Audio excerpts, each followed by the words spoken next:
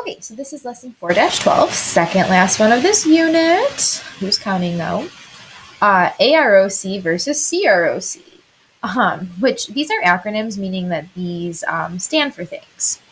The ROC stands for rate of change, right? Rate of change, rate of change.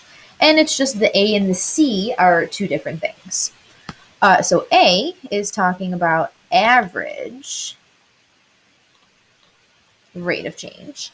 And C is talking about, or stands for, constant rate of change.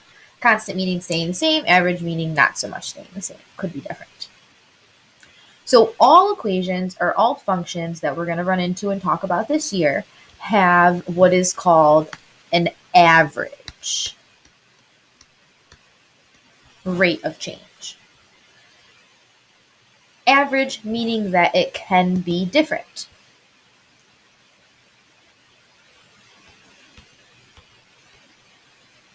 Can be different depending, I had to make sure I didn't write this down somewhere else, can be different depending on the interval, right? If you have something that, we'll talk about it in the examples next. So average rate of change means that it can be different, it can change, it's not the same. We're going to add that in there, not the same. I shouldn't have used that blue color because I was going to use the blue color for the other one.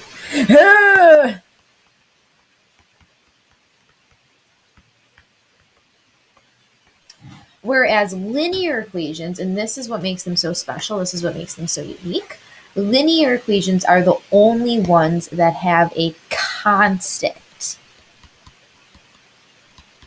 rate of change. Constant rate of change meaning that it stays the same. Never changes or is never different. All right, constant, staying the same. It's that slope. It's that going up by the same amount and over by the same amount each time. AKA that slope, right? Slope is a constant rate of change.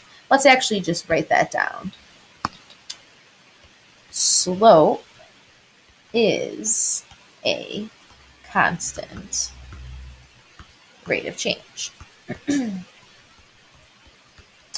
So, we're